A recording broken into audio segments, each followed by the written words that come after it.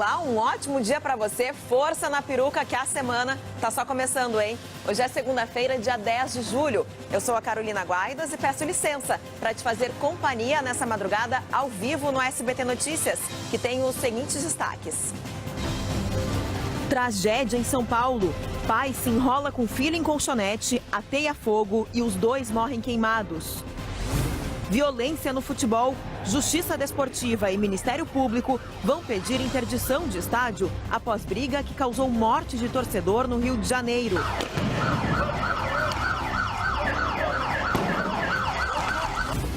Depois de tiroteio com bandidos, policiais se escondem na mata e pedem socorro por mensagem de celular.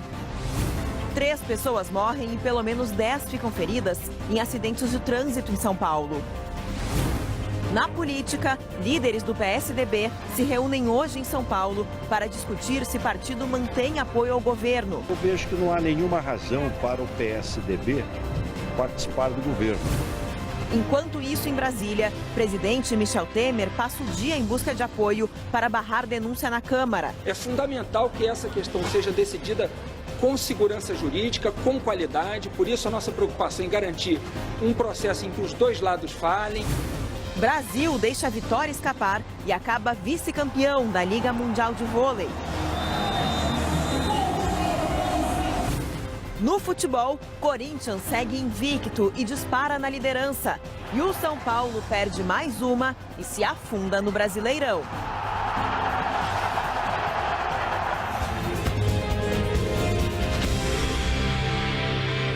1h11 dessa madrugada e nós começamos o SBT Notícias com a notícia de uma tragédia em família.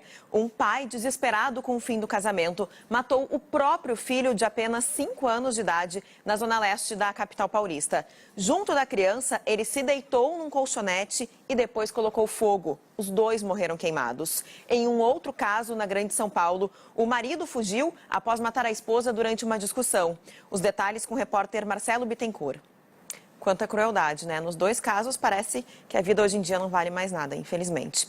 Bom, e um delegado e um agente da Polícia Civil que desapareceram numa favela da região metropolitana do Rio foram encontrados com vida. Eles tiveram que se esconder de traficantes e pediram socorro através de mensagens de celular.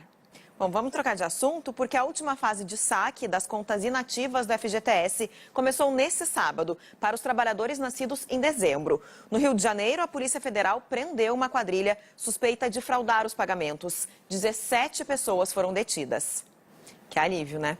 O prefeito de São Paulo, João Dória, negou que a saída de Eliseu Gabriel, da Secretaria de Trabalho, tenha relação com a denúncia exibida aqui pelo SBT essa semana. Gabriel era responsável por um prédio da prefeitura onde havia venda de drogas e jogos ilegais. Nós conversamos com o secretário Eliseu Gabriel por telefone. Ele confirmou que vai deixar o cargo ainda essa semana e negou que a saída dele tenha relação com a denúncia que foi exibida. 1h19 e líderes do PSDB vão se reunir hoje em São Paulo para discutir se o partido continua apoiando o governo do presidente Michel Temer. Nesse domingo, em Brasília, Temer se encontrou com os presidentes da Câmara e do Senado. Começou nesse domingo, na Venezuela, a campanha pela Assembleia Nacional Constituinte, convocada pelo presidente Nicolás Maduro. O processo vai contar apenas com apoiadores do governo. O mecanismo foi anunciado pelo líder venezuelano após intensos protestos e uma crise institucional. As manifestações atingiram a marca dos 100 dias nesse domingo. Desde o início, há cerca de 3 meses, mais de 90 pessoas morreram. O pai do ex-político Leopoldo Lopes afirmou que o filho está muito fraco e que os médicos ainda avaliam o estado de saúde dele. O símbolo da oposição contra o presidente Nicolás Maduro foi enviado para casa, em Caracas, onde deve permanecer em prisão domiciliar na companhia da família. Lopes passou mais de 3 anos na cadeia, onde teve uma infecção generalizada, problemas estomacais e perdeu muito peso. Ele foi preso por se posicionar publicamente contra o governo venezuelano.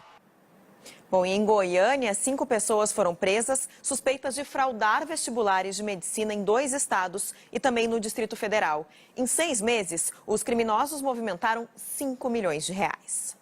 Bom, agora a gente fala de um bom exemplo de uma universidade, a Universidade Federal de Santa Maria, no Rio Grande do Sul, que criou vagas para dar oportunidade de estudo a imigrantes e refugiados. O projeto tem apoio das Nações Unidas e os primeiros selecionados já começam a estudar em agosto. Belo exemplo, né? Bom, e você vai ver a seguir aqui no SBT Notícias, trabalhadores soterrados em silo são resgatados com vida no interior de São Paulo. Campanha quer conscientizar e diminuir o desperdício de alimentos, começando pelas praças de alimentação dos grandes shoppings. E um paraíso remoto. Você vai conhecer o arquipélago que os cientistas tratam como uma joia brasileira no oceano. Não perca, eu te mostro tudo isso já já, aqui no SBT Notícias.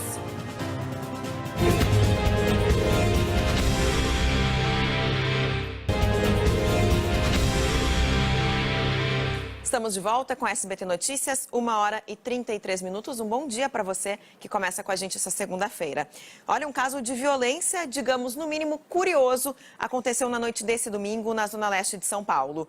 2 assaltantes que faziam um arrastão durante um churrasco acabaram trocando tiros entre eles mesmos. Um dos bandidos morreu, o outro ficou ferido e uma mulher foi baleada no rosto. O repórter Marcelo Bittencourt acompanha essa história de perto. Oi, bom dia, Marcelo. Como é que foi toda essa confusão, afinal? Obrigada, Marcelo. Quanta confusão, né? E um casal morreu sufocado depois de um incêndio numa casa. A polícia do Rio de Janeiro investiga se os produtos vendidos ilegalmente nas estações de trem da cidade são fruto de carga roubada. Fica a dica, né? A gente sempre tem que saber a procedência, seja de alimentos, seja de um telefone celular. Tantas coisas que às vezes a gente quer pagar um pouco mais barato, tudo fruto de roubo. Então, claro, sempre vale a pena dar uma conferida antes, né? 1h38, a polícia investiga a possível relação entre a morte de mais um trabalhador rural no Pará e a chacina de Pau d'Arco, que ocorreu em maio desse ano. A nova vítima liderava uma das ocupações na fazenda, onde ocorreram as 10 mortes. A reconstituição do crime aconteceu nesse fim de semana. Tomara que a tecnologia ajude a se chegar a esses resultados, né? 2 trabalhadores foram resgatados com vida. Eles ficaram soterrados num silo no interior de São Paulo. As 2 vítimas ficaram soterradas em uma montanha de grãos de soja de cerca de 10 metros de altura. O resgate foi feito pelo Corpo de Bombeiros e durou cerca de 3 horas. Um dos trabalhadores estava apenas com a cabeça para fora. Segundo os bombeiros, a principal suspeita da causa do acidente é que os funcionários tenham sido sugados pela esteira que puxa a soja. Os 2 tiveram apenas ferimentos leves. Eles foram socorridos e encaminhados a um hospital da região. E um grande incêndio destruiu agora à noite um mercado em Londres. Uma campanha quer conscientizar para o desperdício de alimentos. E tudo pode começar se a gente observar o que é deixado de lado nas praças de alimentação dos grandes shoppings. É isso aí. Bom, e um arquipélago no meio do Atlântico, entre o Brasil e a África. Um lugar remoto, sem praia nem árvores, mas que é cheio de vida, principalmente no fundo do mar. Eu estou falando do arquipélago de São Pedro e São Paulo. As pequenas ilhas de pedra apareceram no mapa depois do Brasil ser descoberto pelos portugueses, mas só atraíram a atenção do nosso governo há poucos anos. Agora os cientistas tratam o arquipélago como uma joia brasileira no meio do oceano. Muito prazer mesmo, né? Que belo trabalho do Darlisson Dutra e do Ivan Flávio, que vão aos poucos nos mostrando um pouquinho aí desse paraíso. E o que pode ser o maior iceberg da história está prestes a se desprender de uma enorme plataforma de gelo. O impacto que esse fenômeno poderia causar na Terra ainda é um mistério. Yula Rocha. Você vai ver em instantes aqui no SBT Notícias. A partir desta segunda-feira, qualquer banco vai aceitar o pagamento de boletos vencidos. Comunicado final da cúpula do G20 com as principais economias do mundo deixa claro o isolamento dos Estados Unidos na questão do clima. E os gols da rodada do fim de semana do Brasileirão, o São Paulo perde para o Santos e já é o vice-lanterna. A gente te mostra daqui a pouco aqui no SBT Notícias. Fique com a gente.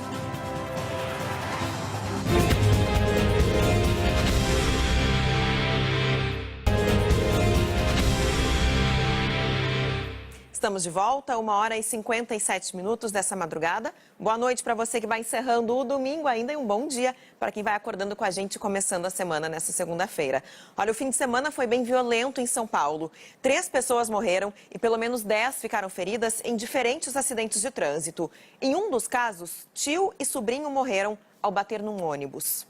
O motorista de uma Land Rover fugiu sem prestar socorro depois de atingir um motociclista numa estrada na saída de Varginha, em Minas Gerais.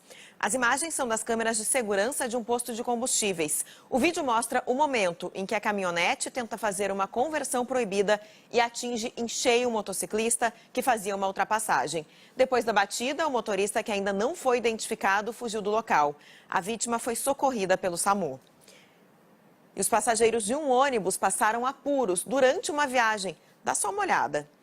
Tudo parece muito tranquilo, até que o ônibus articulado quebra e olha só, se divide em dois. O motorista tinha acabado de acelerar quando a parte traseira do veículo se soltou. Apesar desse susto, ninguém ficou ferido. O flagrante aconteceu em Palhoça, que fica na região metropolitana de Florianópolis. Que susto, né? Bom, agora a gente fala de futebol aqui no SBT Notícias, porque a 12ª rodada do Brasileirão deixou o Corinthians mais tranquilo do que nunca na liderança do campeonato. Agora são 9 pontos de vantagem para o Flamengo, que ultrapassou o Grêmio e é o segundo colocado. Já lá na parte de baixo, a decepção é o São Paulo, que perdeu o clássico para o Santos na Vila Belmiro e agora é o vice-lanterna. Ainda sem o novo técnico Dorival Júnior, o São Paulo não foi páreo para o Santos. Copete fez o primeiro, aproveitando o rebote do goleiro Renan. No segundo tempo, Kaique cruzou e Copete ampliou de cabeça. E o atacante colombiano estava impossível. Ele fez mais um, agora pegando de voleio, 3-0. O São Paulo foi atrás da reação. Shailon fez o primeiro. E Arboleda aproveitou a confusão na área para marcar o segundo, mas ficou nisso. Com a vitória, o Santos assumiu o 4º lugar. Já o tricolor caiu para 19º. No Engenhão, o Atlético Mineiro saiu na frente. Marlone chutou forte de fora da área e a bola ainda desviou em Emerson Silva antes de entrar, 1-0. O Botafogo empatou no segundo tempo. Roger bateu o pênalti, Vitor defendeu, mas Roger marcou no rebote. 1-1, placar final. Em Porto Alegre, o Grêmio perdeu o jogo e a vice-liderança. O Avaí roubou a bola no meio de campo e armou um contra-ataque rápido. O Wellington Simeão ajeitou de canhota e marcou um belo gol, 1-0. E com outro contra-ataque, o Avaí fez o segundo, dessa vez com Júnior Dutra. O time de Floripa continua na zona de rebaixamento e o Grêmio caiu para 3º lugar, 10 pontos atrás do líder Corinthians. Em Belo Horizonte, o Cruzeiro bateu o Palmeiras. Thiago Neves recebeu de Alisson e mesmo sem ângulo, conseguiu marcar o primeiro do time mineiro. Lucas Romero arriscou de fora da área. Hudson desviou de cabeça e matou o goleiro Fernando Praz, 2-0. No segundo tempo, o Verdão diminuiu. Depois do cruzamento de Roger Guedes, o William cabeceou com estilo, 2-1. Só que nos acréscimos, a Raposa marcou o 3º com Elber e acabou com a sequência do Palmeiras, que havia vencido os últimos 4 jogos do Brasileiro.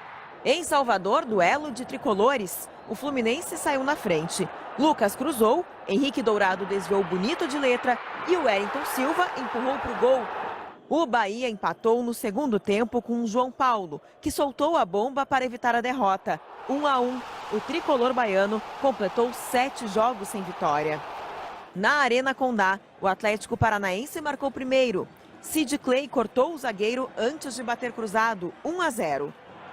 Lucas Marques aproveitou o rebote na cobrança de falta e marcou esse golaço para a Chape. O time catarinense, que estreou o técnico Vinícius Eutrópio, não vence há 5 jogos no Brasileiro. No sábado à noite, no Itaquerão, o Corinthians passou pela Ponte Preta. O goleiro Aranha fez grande defesa na cabeçada de Jô, mas depois do cruzamento de Arana, Jadson não perdoou, 1-0. No comecinho do segundo tempo, Rodriguinho cruzou e Jô bateu de esquerda para fazer o segundo. Com a vitória, o Timão chegou aos 32 pontos e tem 9 de vantagem sobre o segundo colocado. O novo vice-líder é o Flamengo, que conquistou a 4ª vitória seguida no Brasileiro e ultrapassou o Grêmio. Everton fez o único gol do jogo em São Januário, no clássico contra o Vasco. Na parte de baixo da tabela, o lanterna Atlético Goianiense perdeu mais uma. Depois do toque de Cleiton Xavier, André Lima só teve que empurrar para o gol, 1-0 vitória. O Atlético empatou com Andrigo, que encheu o pé depois da cobrança de escanteio. O William Correia, aos 43 do segundo tempo, fez o gol da vitória do time baiano, que mesmo assim segue na zona de rebaixamento. Agora, fora de campo, teve confusão que terminou em tragédia. Vai ser enterrado nesta segunda-feira o corpo do torcedor que foi morto depois do jogo entre Flamengo e Vasco no último sábado. O Ministério Público do Rio de Janeiro vai pedir a interdição do estádio São Januário. Até quando a gente vai ter que ver cenas como essa e ver torcedores aí ficando sem vida, né? E nesse domingo teve mais uma briga de torcida antes do jogo entre Botafogo e Atlético Mineiro no Rio de Janeiro. A confusão entre membros de torcidas organizadas foi próxima ao Engenhão. Pelo menos 11 torcedores foram detidos e levados ao juizado do torcedor e dos grandes eventos. Um botafoguense ficou ferido na cabeça e foi encaminhado ao hospital. Segundo relatos que circularam em redes sociais, a briga envolveu torcidas dos dois times. Agora são 2h08. Vamos falar de uma boa notícia? É que o meio-campista Alejandro Guerra, ele ficou de fora, da derrota do Palmeiras para o Cruzeiro, mas teve um bom motivo para comemorar nesse domingo. É que o filho dele, de 3 anos, que sofreu um afogamento, já está bem melhor. A mulher de Guerra publicou um vídeo em que o jogador aparece brincando com o garoto na área infantil do Hospital Albert Einstein. Asael se afogou na piscina de casa na semana passada e desde então está internado. A pedido da família, o hospital não tem divulgado boletins médicos, mas pela disposição do garoto, ele não deve demorar para ganhar alta.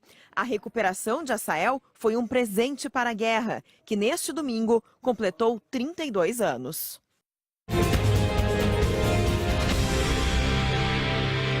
Agora são 2h09 dessa madrugada de segunda-feira e está preso o suspeito de ter assassinado uma universitária de 23 anos dentro de uma lavanderia em Vila Velha, no Espírito Santo. O crime aconteceu no último dia 29 e a vítima trabalhava no local. E o acusado? Marido de uma ex-funcionária do mesmo comércio. Que absurdo, né? Bom, e você vai ver agora o momento em que um funcionário de um terminal rodoviário é flagrado agredindo skatistas. E um ex-vereador morreu num grave acidente no Espírito Santo. Ele foi atingido por um caminhão no momento em que ele tentava acessar uma rodovia. Um novo tipo de droga sintética superpoderosa foi apreendida numa operação policial em Canoas, na região metropolitana de Porto Alegre. Pelo menos esse material já saiu do mercado, 24 mil dependentes químicos da Cracolândia receberam atendimento nos centros emergenciais da Prefeitura de São Paulo em apenas um mês. As unidades são uma tentativa de aproximar os usuários das equipes de assistência. Em nota, a Secretaria de Segurança Urbana informa que as denúncias contra agentes da Guarda Civil Metropolitana podem ser encaminhadas à Corregedoria da GCM para uma investigação. 2h17 e a partir de hoje, qualquer banco deve aceitar o pagamento daqueles boletos vencidos. Bom, agora a gente fala de saúde, porque o SUS realiza, em média, 43 mil atendimentos de acupuntura por mês em todo o país. No Rio Grande do Sul, por exemplo, a procura por esse tipo de procedimento dobrou em 5 anos. A terapia chinesa é usada para combater problemas muito comuns no inverno, como as doenças respiratórias. Legal, né? A vacina pentavalente está em falta na rede de saúde pública em Goiânia. A imunização faz parte do calendário básico da vacinação dos bebês. Você vai ver agora a trajetória da Rebeca, uma menina de 14 anos que enfrenta um câncer. Roberto Cabrini, do Conexão Repórter, mostra o passo a passo do transplante de medula da adolescente, um dos caminhos para a cura. Essa luta pela vida da Rebeca teve vários desdobramentos, alguns felizes e outros, claro, nem tanto. Você vai ver na segunda parte da reportagem como foi o transplante de medula doado pelo irmão dela.